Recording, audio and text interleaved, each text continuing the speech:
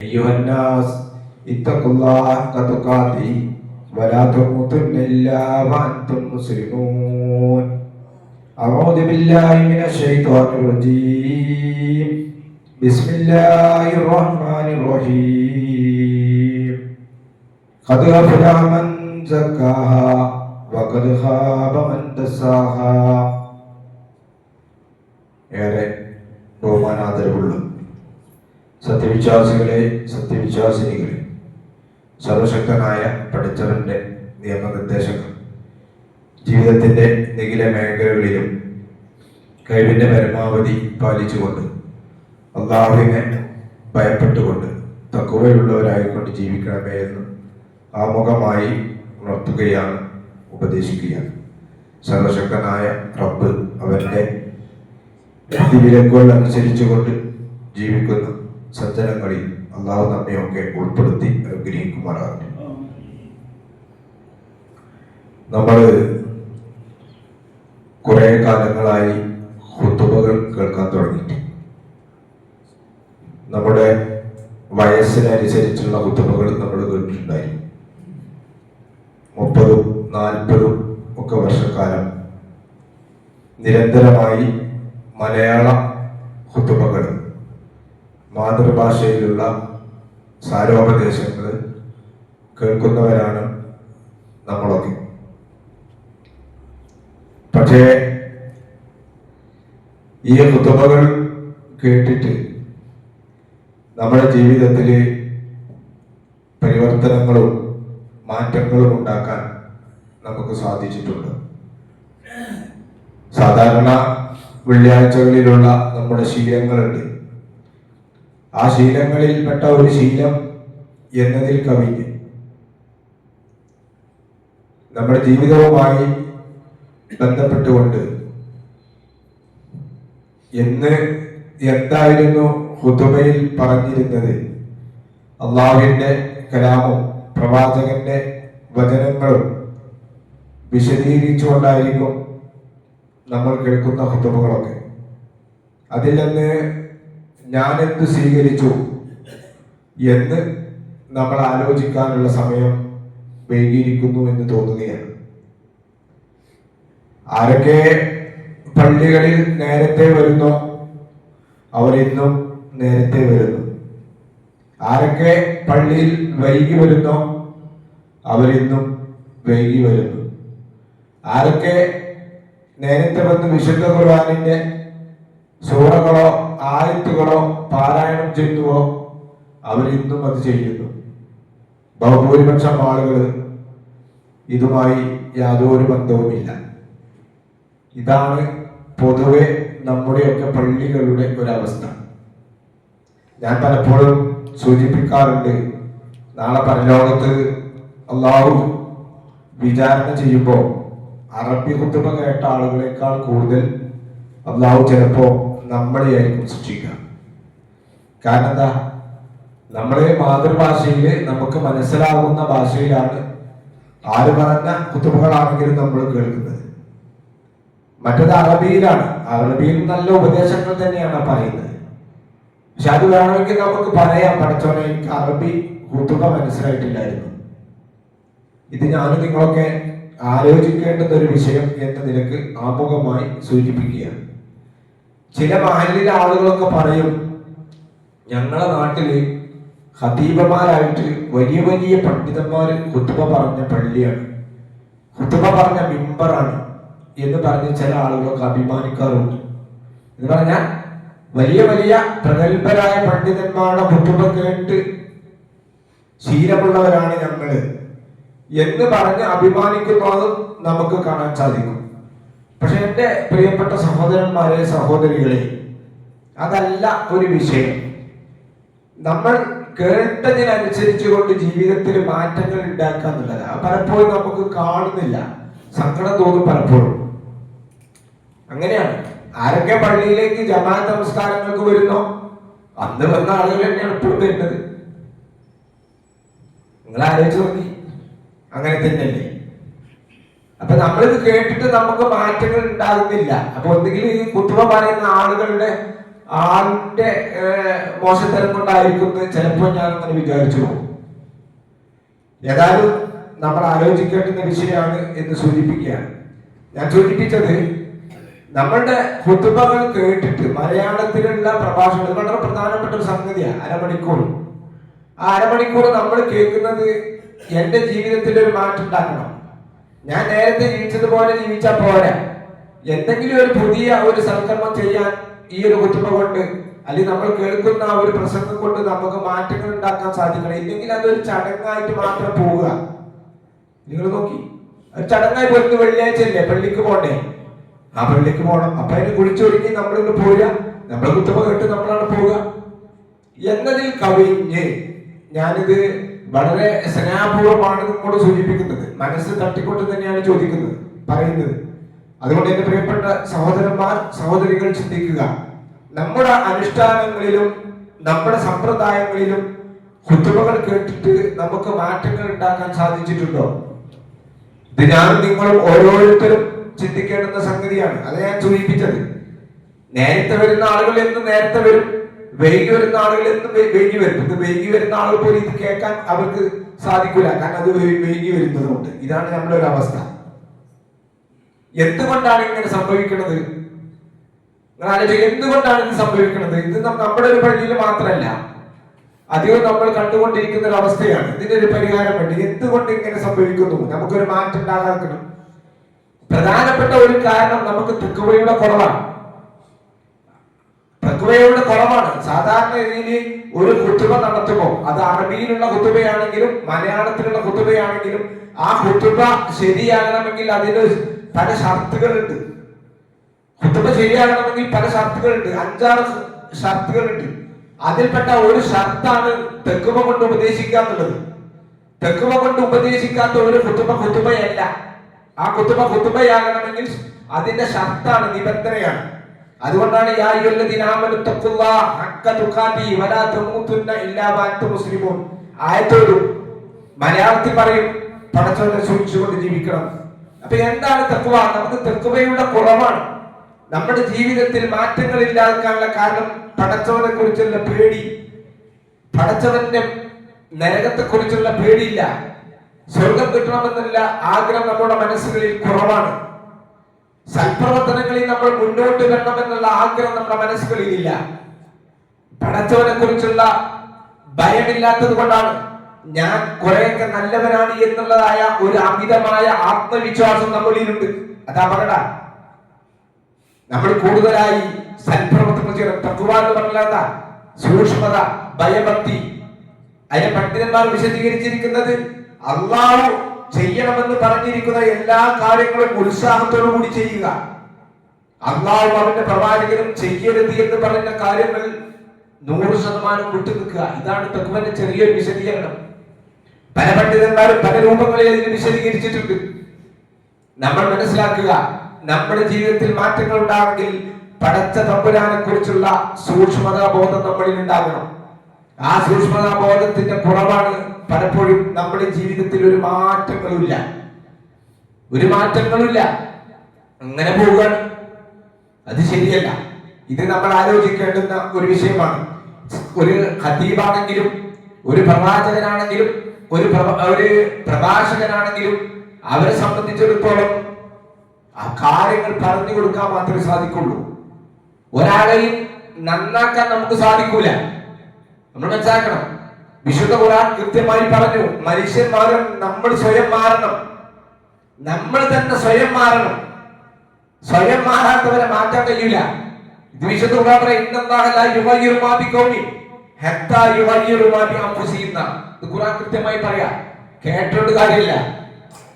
ഒരു സമൂഹം സ്വയം മാറാതെ അല്ലാഹു അവരെ മാറ്റൂല. അപ്പൊ നമ്മൾ ഈ ഉപദേശ നിർദ്ദേശങ്ങൾ കേൾക്കുമ്പോൾ നമ്മുടെ ജീവിതത്തിൽ നമ്മൾ മാറണം എന്ന് നമ്മൾ ഓരോരുത്തരുമാണ് തീരുമാനിക്കേണ്ടത്. അപ്പോഴേ അതിനെ മാറ്റുണ്ടാവുള്ളൂ. അല്ലെങ്കിൽ അത് വെറും ഒരു ജലരേഖയായി നമ്മുടെ സംസാരങ്ങൾ, ഖുതുബകൾ അങ്ങനെ പോകും. ഒരു കാര്യം അതുകൊണ്ട് ഉണ്ടാവില്ല.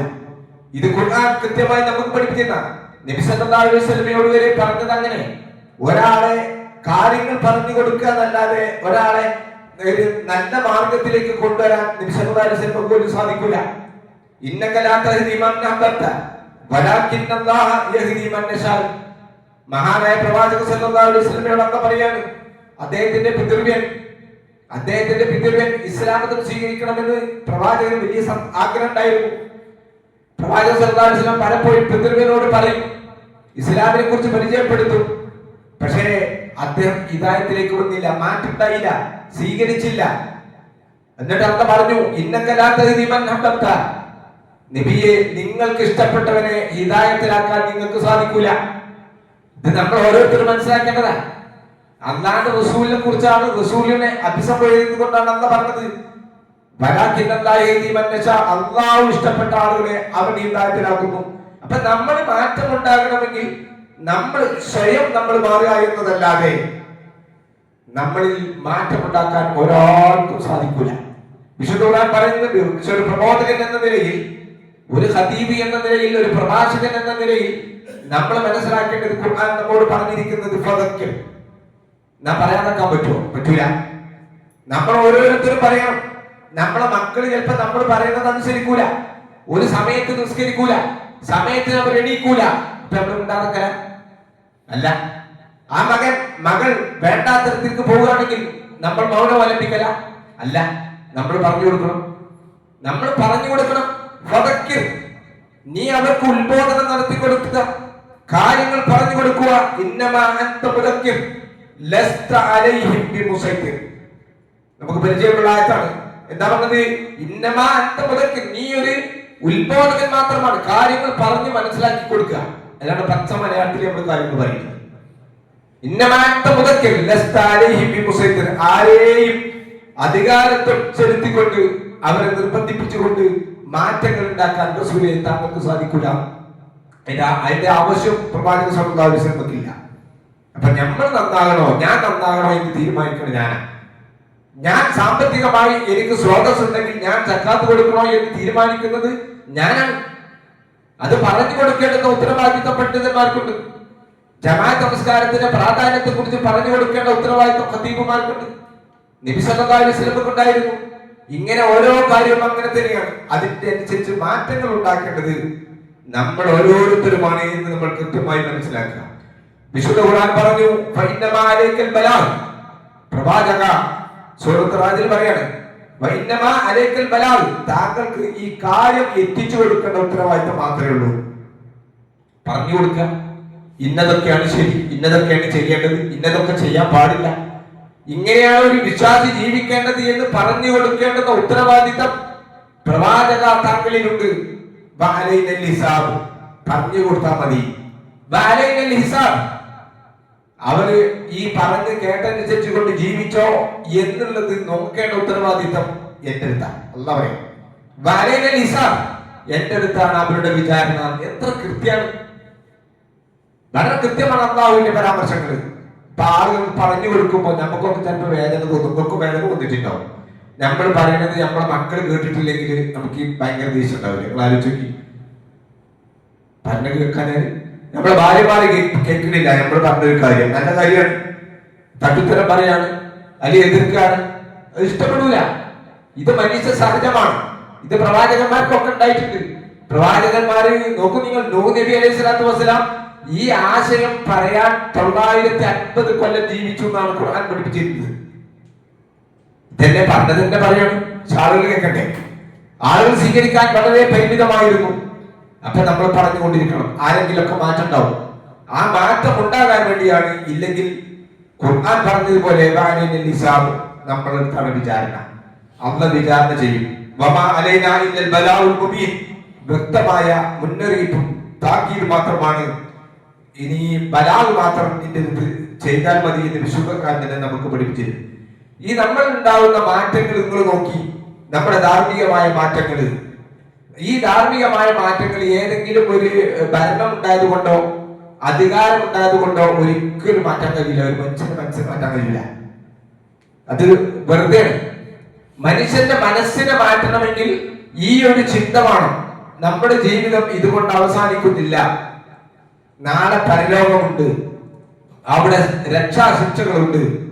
ഇവിടെ നല്ലവരായി ജീവിച്ചാൽ നാളെ സ്വർഗമുണ്ട്. ഇവിടെ വലിയവരെ ആദരിക്കണം, മാതാപിതാക്കളോട് കരുണ കാണിക്കണം, കുട്ടികളോട് സ്നേഹിക്കണം, അതുപോലെ തന്നെ സാമ്പത്തിക ഇടപാടുകളിലുള്ള അക്കടപാടുകൾ ഇങ്ങനെയൊക്കെ ചെയ്യണം. ഇങ്ങനെ ഓരോ കാര്യവും നമുക്ക് പഠിപ്പിച്ചു തരുന്നത് എന്താ? ഇതൊക്കെ നമുക്ക് സ്വയം തോന്നിയെങ്കിൽ മാത്രമേ ഉള്ളൂ. നമ്മുടെ അടുത്തുള്ള ഒരു പൈസ ഒരാൾക്ക് കൊടുക്കാൻ നമുക്ക് തോന്നണമെങ്കിൽ അതൊരു അധികാരം കൊണ്ട് പിടിച്ചെടുക്കാനും കഴിയൂല. നമുക്ക് സ്വയം തോന്നണം. അധികാരം കൊണ്ട് കഴിയൂല, സ്വാധീനം കൊണ്ട് കഴിയൂല. ഇത് കൃത്യമായി നമുക്ക് പഠിപ്പിച്ചു തരികയാണ്. നമ്മളിൽ വിശ്വാസം ഉണ്ടാകും. ഈ കേൾക്കുന്ന വിഷയങ്ങൾ നമ്മുടെ ജീവിതത്തിൽ ഉൾക്കൊള്ളാൻ നമ്മൾ തയ്യാറാവുകയാണെങ്കിൽ മാറ്റം ഉണ്ടാവും. വിശുദ്ധ ഖുർആൻ സൂറത്ത് അഅറാഫിൽ ഒരു ഉദാഹരണത്തിലൂടെ ഈ കാര്യം വ്യക്തമാക്കുന്നുണ്ട്. വൽബലദു ത്വയ്യിബു യഖ്റുജു നബാതുഹു ബിഇദ്നി റബ്ബിഹി വല്ലദി ഖബസ ലാ യഖ്റുജു ഇല്ലാ നകിദാ കദാലിക നുസബ്ബിഹുൽ ആയാതി ലിഖൗമിൻ യശ്കുറൂൻ. നമ്മളെ ഉദാഹരിക്കുന്നത് എന്താ അറിയോ? നല്ല ഒരു പ്രദേശം, നല്ലൊരു ഭൂമി, യഖ്റുജു നബാതുഹു ബിഇദ്നി റബ്ബിഹി, അവിടെ വെള്ളവും വളവും എല്ലാം ലഭിച്ചുകൊണ്ട് അവിടെ ആ സസ്യങ്ങൾ മുളച്ചു പോകുന്നു, അവിടെ കായ്ക്കനികൾ ഉണ്ടാകുന്നു.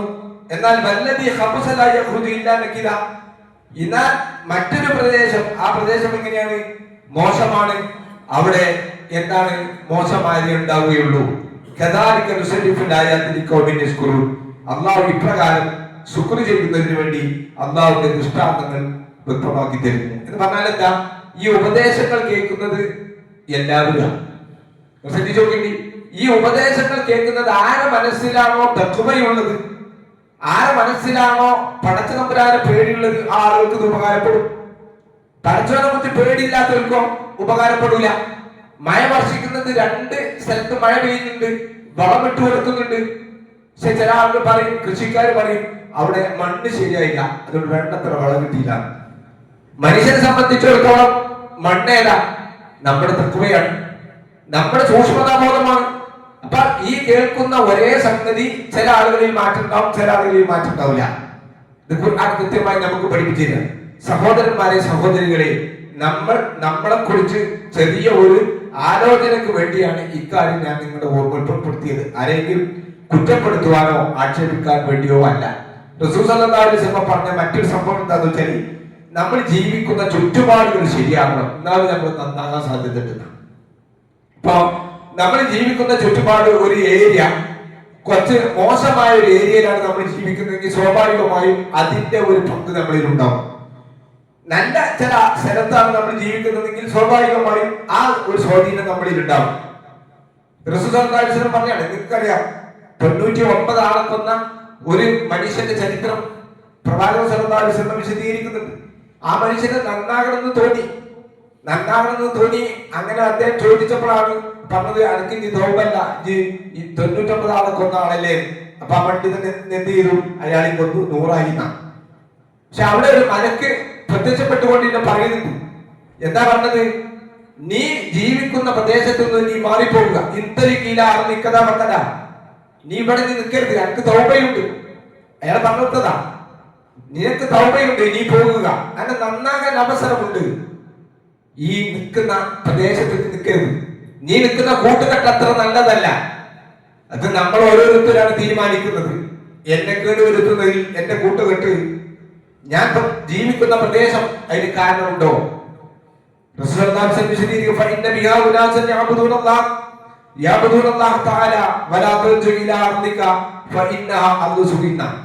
ഇന്ന സ്ഥലത്തേക്ക് നീ പോയിക്കോ, അവിടെ ജീവിച്ചോ, എങ്കിൽ എനിക്ക് നന്നായി ജീവിക്കാൻ, അള്ളാഹുവിനെ ആരാധിക്കുവാനും പടച്ചതമ്പുരാനെ ഓർക്കുവാനുമുള്ള ഒരു സാഹചര്യം നിനക്കുണ്ടാവും.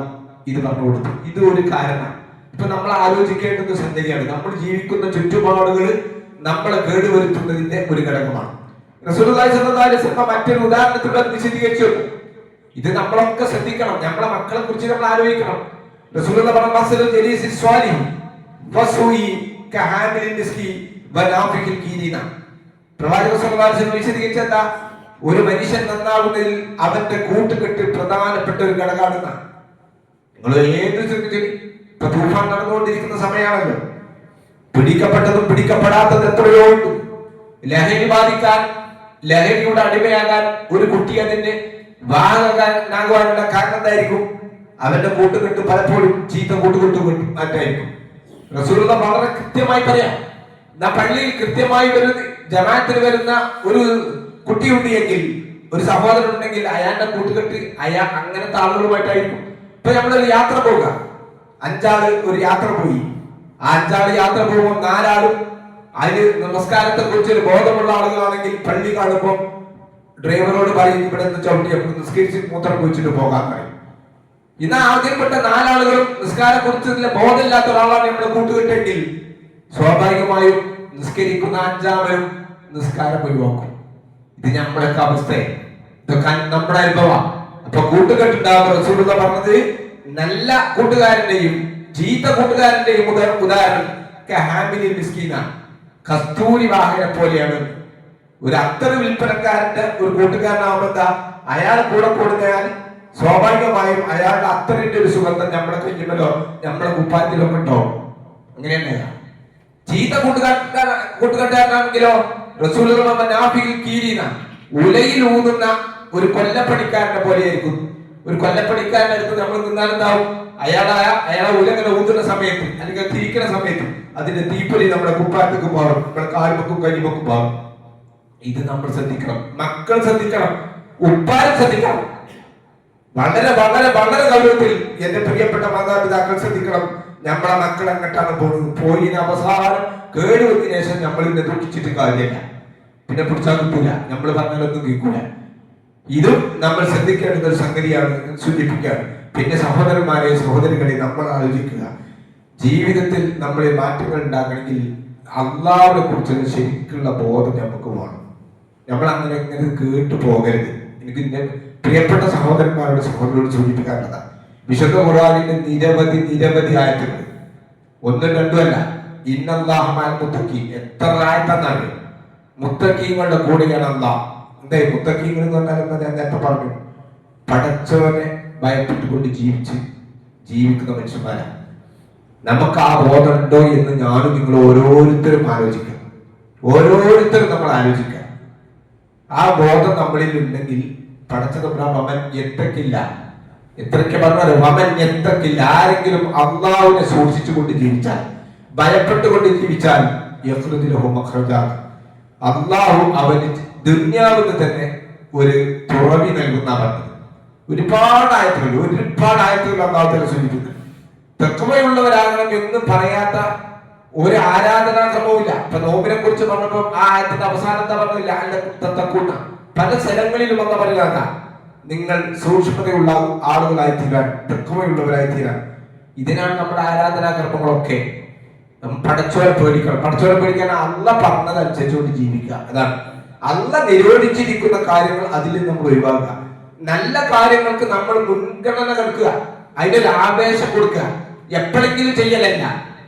ഇതാണ് തഖ്വ എന്നതുകൊണ്ട് നമ്മൾ ഉദ്ദേശിക്കുന്നത്, ഇസ്ലാം ഉദ്ദേശിക്കുന്നതെന്ന് സൂചിപ്പിക്കുകയാണ്. ഞാൻ സൂചിപ്പിച്ചു.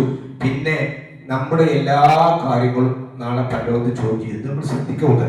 നമ്മുടെ ഈ ഇരുത്തം, നമ്മുടെ ഈ കേൾവി, നമ്മൾ കേൾക്കുന്നുണ്ടല്ലോ പല കാര്യങ്ങളും, ഇതൊക്കെ നമ്മൾ നാളെ പരലോകത്ത് പഠിച്ചോണ്ട് മറുപടി ഇറങ്ങിയിരുന്നു. വല്ലാത്തൊരവസ്ഥയാണ്.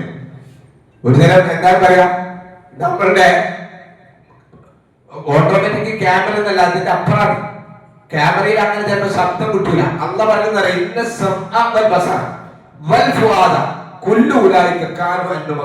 നാളെ പരലോകത്തെ നമ്മളുടെ കേൾവി പടച്ചത് അള്ളാന്റെ മുമ്പിൽ നമ്മൾ ചോദ്യം ചെയ്യപ്പെടും. എന്തൊക്കെ നിങ്ങൾ കേട്ടീങ്ങി, ആ കേട്ടിനനുസരിച്ചുകൊണ്ട് നിങ്ങൾ ജീവിച്ചോ? ഇത് വല്ലാത്തൊരു പേടിക്കേണ്ട ഒരു സംഗതിയാണല്ലോ. നിങ്ങളുടെ കേൾവിയും നിങ്ങളുടെ കാഴ്ചയും നിങ്ങളുടെ ഹൃദയവും കൊല്ലൂലായി വെക്കാൻ എല്ലാത്തിനെ കുറിച്ചും നിങ്ങൾ ചോദ്യം ചെയ്യപ്പെടുക തന്നെ ചെയ്യും. അതുകൊണ്ട് പ്രിയപ്പെട്ട സഹോദരന്മാരെ സഹോദരികളെ, നമ്മൾ ആലോചിക്കുക, ചിന്തിക്കുക.